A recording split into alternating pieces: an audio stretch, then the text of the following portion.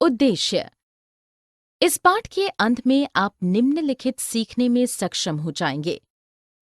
न्यायपालिका की स्वतंत्रता का अर्थ स्पष्ट करने में, हमारे अधिकारों के संरक्षण में भारतीय न्यायपालिका की भूमिका का वर्णन करने में, संविधान की व्याख्या में न्यायपालिका की भूमिका का वर्णन करने में, भारत की संसद और न्यायपालिका के परस्पर संबंधों पर विवेचना करने में। हमें एक स्वतंत्र न्यायपालिका की आवश्यकता क्यों है? न्यायपालिका की स्वतंत्रता की आवश्यकता इसलिए है कि विवादों को कानूनों के नियमों के अनुसार हल किया जाए। कानून के शासन और व्यक्तियों के अधिकारों की रक्षा के लिए, कानून की सर्वोच्चता की सुनिश्चितता के लिए, यह सुनिश्चित करना कि लोकतंत्र का स्थान कोई एक व्यक्ति या सामूहिक तानाशाही न ले ले। कानून का शासन, सभी व्यक्ति, पुरुष या महिला, धनी या निर्धन, पिछड़े या अगड़े, सभी एक ही कानून लागू हों। न्यायपालिका की स्वतंत्रता का अर्थ सरकार के अन्य दो अंगों यानी विधायिका और कार्यपालिका द्वारा न्यायपालिका के कार्यों को प्रतिबंधित या नियंत्रित नहीं किया जाना चाहिए। न्यायाधीश का कर्तव्य है कि वह बिना किसी भय, पक्षपात के निर्णय और उचित कार्य करे। सर्वोच्च शक्तियों से लैस एक न्यायाधीश से अनियमित निर्णयों की अपेक्षा नहीं की जाती है। स्वतंत्र न्यायपालिका का संरक्षण, न्यायाधीशों की नियुक्ति की प्रक्रिया में विधायिका को सम्मिलित नहीं किया गया है और न्यायाधीश के रूप में नियुक्त होने के कारण किसी व्यक्ति को वकालत का अनुभव होना चाहिए और उनकी नियुक्ति राजनीतिक दलों द्वारा नहीं की जा सकती। न्यायाधीशों के लिए एक निश्चित आयु अवधि का कार्यकाल होता है। वे अपने पद पर सेवानिवृत्त होने तक बने रह सकते हैं। यह न्यायाधीशों को अपना पद को खोने के भय से मुक्त कर देता है और वे अविरोध कार्य कर सकते हैं। जब तक एक न्यायाधीश पर कोई अभियोग न हो, उनके आचरण पर संसद में चर्चा नहीं की जा सकती। न्यायाधीश पर चर्चा के परिणाम स्वरूप अदालत की अवमानना हो सकती है और उसके लिए संसद सदस्यों को दंडित किया जा सकता है। न्यायाधीशों की नियुक्ति, मंत्रिपरिषद, मुख्यमंत्री, भारत के मुख्य न्यायाधीश और राज्यपाल न्यायिक नियुक्तियों पर निर्णय लेते हैं। परंपरागत रूप से सर्वोच्च न्यायालय के वरिष्ठतम न्यायाधीश को भारत के मुख्य न्यायाधीश के रूप में नियुक्त किया जाता है। 1973 में न्यायमूर्ति A.N. रे को 3 वरिष्ठ न्यायाधीशों को अधिष्ठित करते हुए भारत का मुख्य न्यायाधीश नियुक्त किया गया था। ऐसी ही स्थिति 1975 में हुई, जब H.R. खन्ना को M.H. बेग ने अधिष्ठित कर दिया था। दोनों ही मामलों में परंपरा भंग हुई थी। भारत के मुख्य न्यायाधीश से परामर्श के पश्चात राष्ट्रपति उच्च न्यायालयों और सर्वोच्च न्यायालय के न्यायाधीशों की नियुक्ति कर सकते हैं। सर्वोच्च न्यायालय द्वारा अपनाए गए सहशासन यानी कॉलेजियम के सिद्धांत के अनुसार एक व्यक्ति का नाम 4 वरिष्ठतम न्यायाधीशों द्वारा चुना जाना चाहिए। इसलिए सर्वोच्च न्यायालय के न्यायाधीशों के निर्णय का महत्व है। कुल मिलाकर न्यायाधीशों की नियुक्ति सर्वोच्च न्यायालय और मंत्रिपरिषद के निर्णय द्वारा की जाती है। न्यायाधीशों को पद से हटाना, न्यायाधीशों को उनके पद से हटाना कठिन कार्य है। जब सर्वोच्च न्यायालय या उच्च न्यायालय का न्यायाधीश अक्षम सिद्ध हो जाता है और कदाचार प्रदर्शित करता है, उसे केवल तभी हटाया जा सकता है।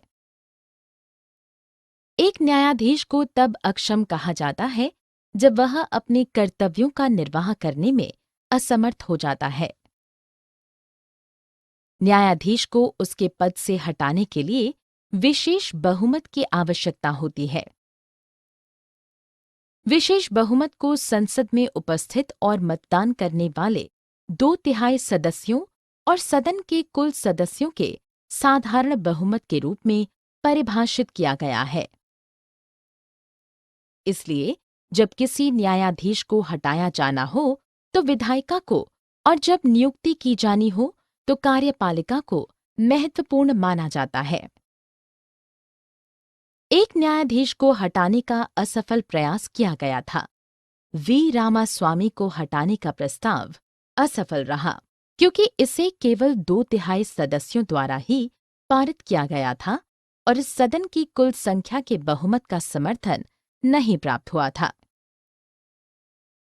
1991 में 108 संसद सदस्यों ने पहली बार सर्वोच्च न्यायालय के न्यायाधीश को हटाने के लिए प्रस्ताव पर हस्ताक्षर किए थे।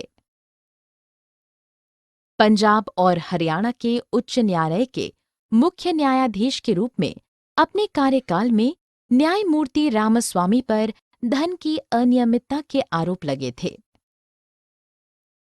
बाद में 1992 में सर्वोच्च न्यायालय के न्यायाधीशों की एक उच्च स्तरीय जांच समिति ने न्यायमूर्ति वी रामास्वामी को पंजाब और हरियाणा उच्च न्यायालय के मुख्य न्यायाधीश रहते हुए सार्वजनिक धन का निजी उद्देश्य के लिए दुरुपयोग करने और संवैधानिक नियमों की धज्जियां उड़ाने के कारण नैतिक पतन तथा पद का जानबूझकर गंभीर दुरुपयोग करने का दोषी पाया था।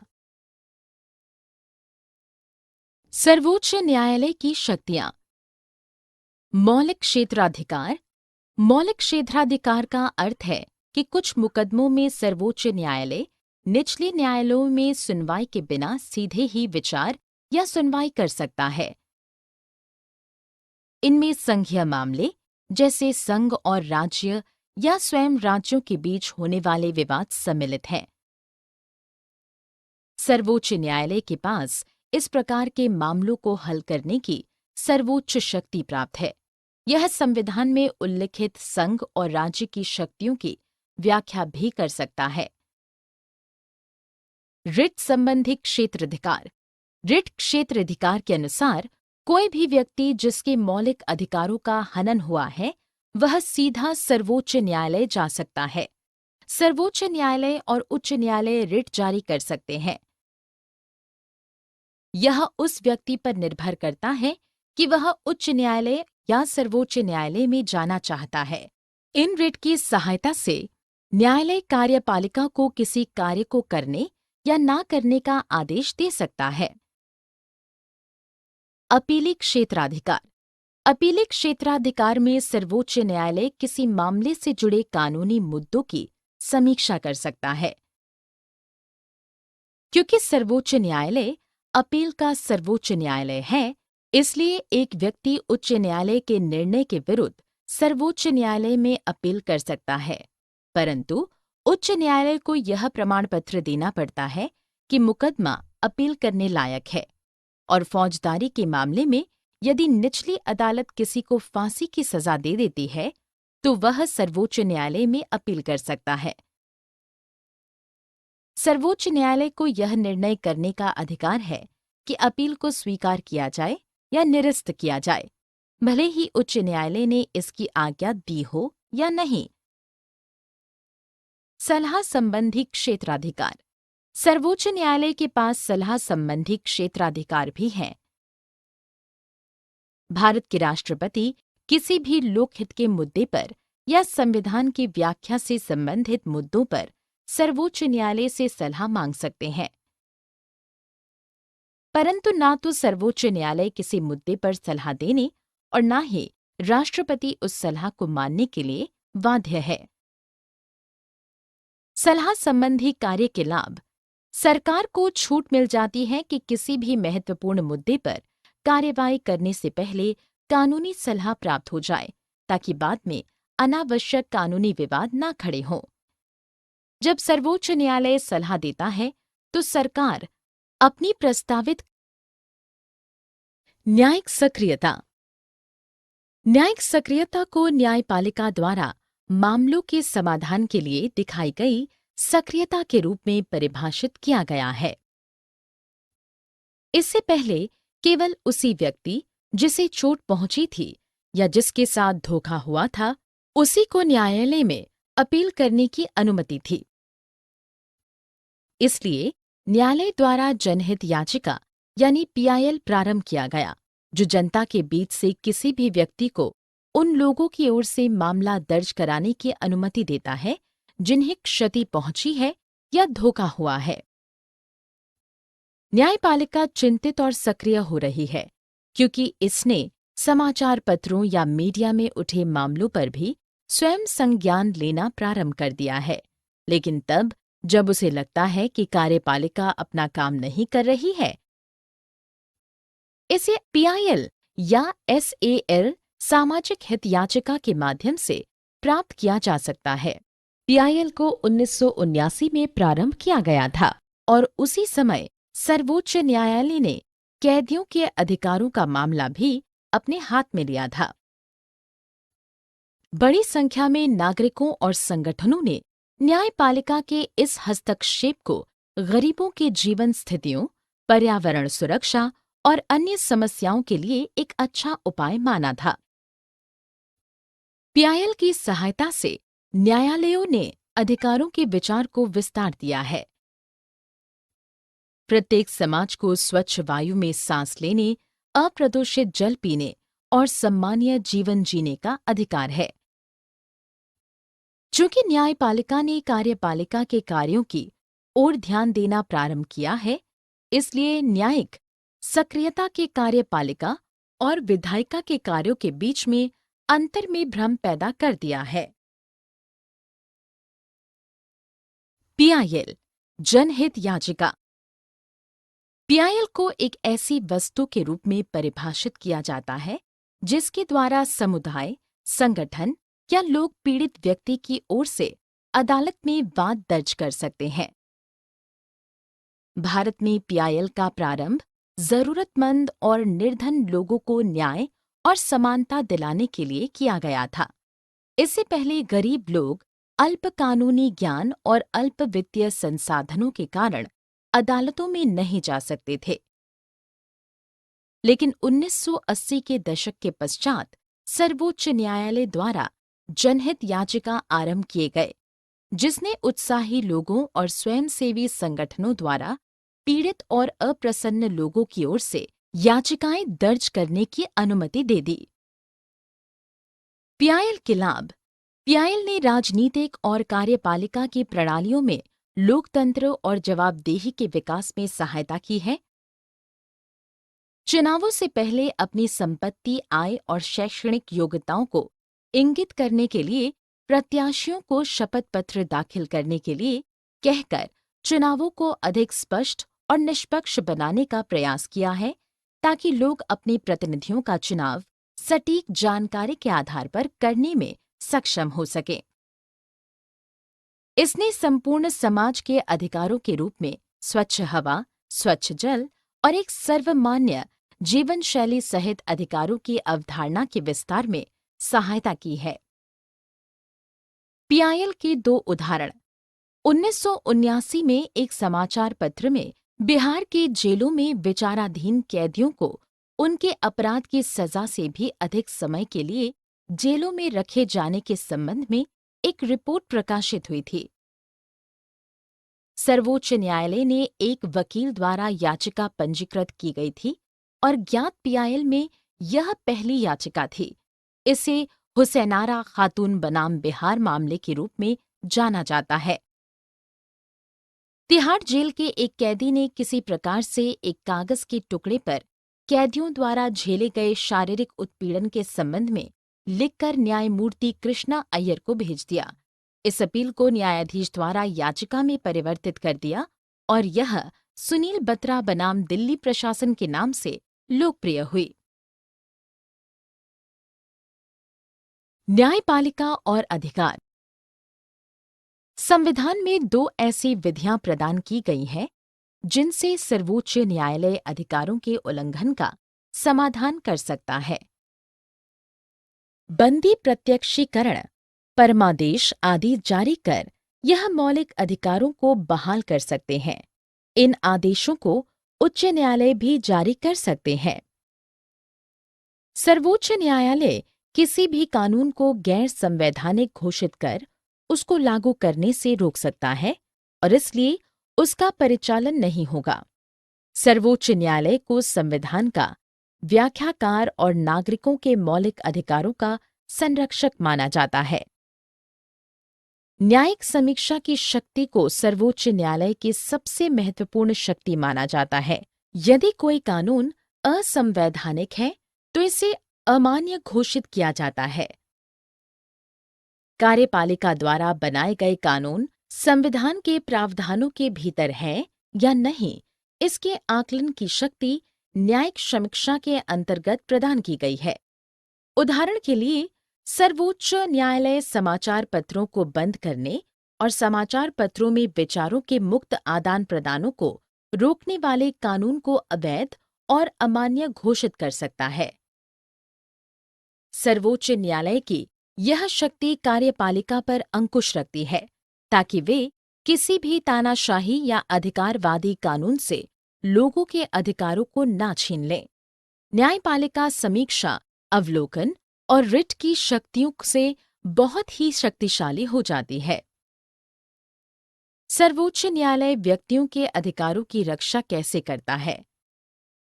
सर्वोच्च न्यायालय व्यक्तियों के अधिकारों की रक्षा के लिए रिट जारी कर अनुच्छेद 32 सर्वोच्च न्यायालय मौलिक अधिकारों को बहाल करने में मदद करता है। उच्च न्यायालय द्वारा भी रिट जारी कर सकते हैं। अनुच्छेद 226 अनुच्छेद 13 के अनुसार एक कानून को गैर संवैधानिक घोषित कर उसे लागू होने से रोक सकता है। इसे न्यायिक समीक्षा के नाम से जाना जाता है।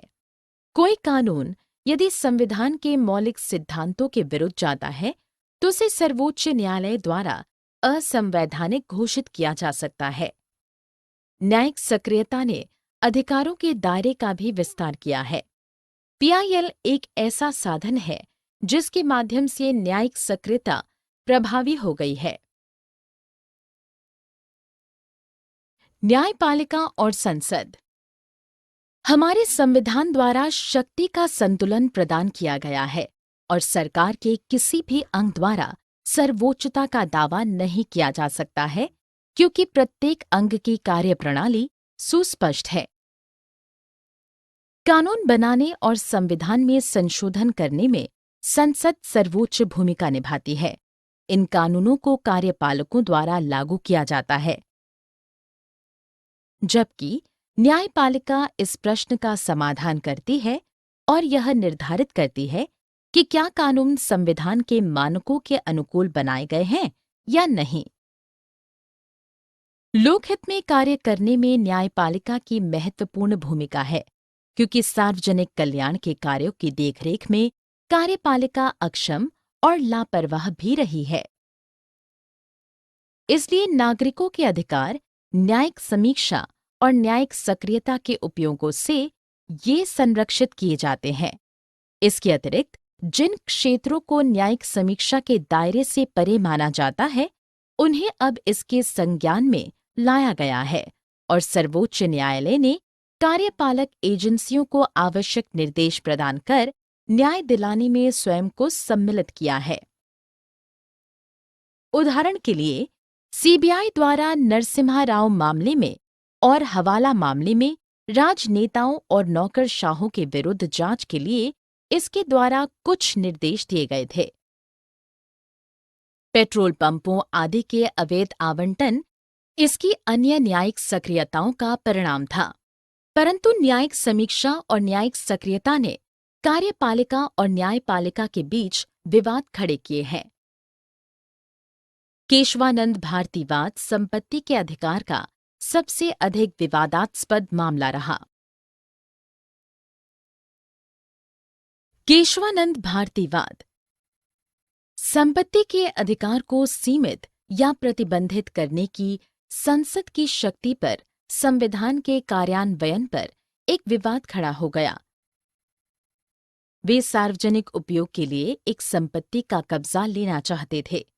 परंतु न्यायालय ने इसे असंवैधानिक कहा और यह संकेत भी दिया गया कि सरकार द्वारा संपत्ति के अधिकार को प्रतिबंधित नहीं किया जा सकता। संपत्ति के अधिकार का उल्लंघन या उसे प्रतिबंधित नहीं किया जा सकता क्योंकि यह एक मौलिक अधिकार है। बाद में संसद द्वारा मौलिक अधिकारों को संशोधित करने का प्रयास विफल रहा क्योंकि न्यायालय ने कहा कि मौलिक अधिकारों को संसद द्वारा संशोधन नहीं किया जा सकता। विधायिका और कार्यपालिका के बीच 1967 और 1973 में विवाद बहुत ही गंभीर और लोकप्रिय हुआ। 1973 में न्यायालय ने अपना निर्णय दिया जो केशवानंद भारतीवाद के रूप में प्रसिद्ध हुआ। न्यायालय ने यह घोषित किया कि केवल संविधान की मूल संरचना का उल्लंघन या संशोधन नहीं किया जा सकता और यह भी कहा गया कि संपत्ति का अधिकार संविधान की मूल संरचना नहीं है और इसलिए जन कल्याण के लिए संपत्ति के अधिकार को संशोधित किया जा सकता है। दूसरा, यह भी घोषित किया गया था कि केवल न्यायालय ही यह परिभाषित कर सकते हैं कि संविधान की संरचना के मूल घटक क्या हैं। इस वाद ने इस बात को भी आलोकित किया कि न्यायालय ने संविधान की व्याख्या करने के लिए अपनी शक्ति का उपयोग किस प्रकार किया। इसलिए संपत्ति के अधिकार को 1979 में मौलिक अधिकार में से हटा दिया गया।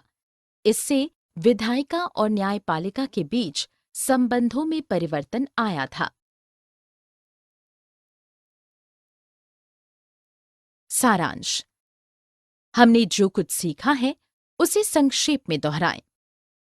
कानून के शासन का अर्थ है सभी व्यक्ति, चाहे धनी या निर्धन, पुरुष या महिला, अगड़े या पिछड़े, वे सभी एक ही कानून के अधीन हैं।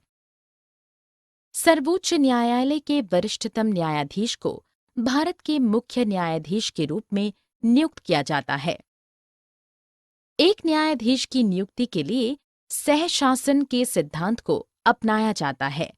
4 वरिष्ठ न्यायाधीशों के परामर्श से CJI द्वारा न्यायाधीशों के नामों का सुझाव दिया जाता है और राष्ट्रपति उनकी नियुक्ति करते हैं। सलाह संबंधी क्षेत्राधिकार सरकार को महत्वपूर्ण मामलों में कानूनी राय लेने की अनुमति देता है ताकि बाद में यह अनावश्यक कानूनी परेशानियों का कारण नहीं बने। और जब सर्वोच्च न्यायालय ने सलाह दिया है तो सरकार उस कार्यवाही या विधेयक में संशोधन कर सकती है। रिट क्षेत्राधिकार का अर्थ है कि किसी भी व्यक्ति के मौलिक अधिकारों का यदि हनन हुआ है तो वह सीधे ही सर्वोच्च न्यायालय का द्वार खटखटा सकता है। इस प्रकार की रिट से न्यायालय कार्यपालिका को किसी कार्य को करने या ना करने का निर्देश दे सकते हैं।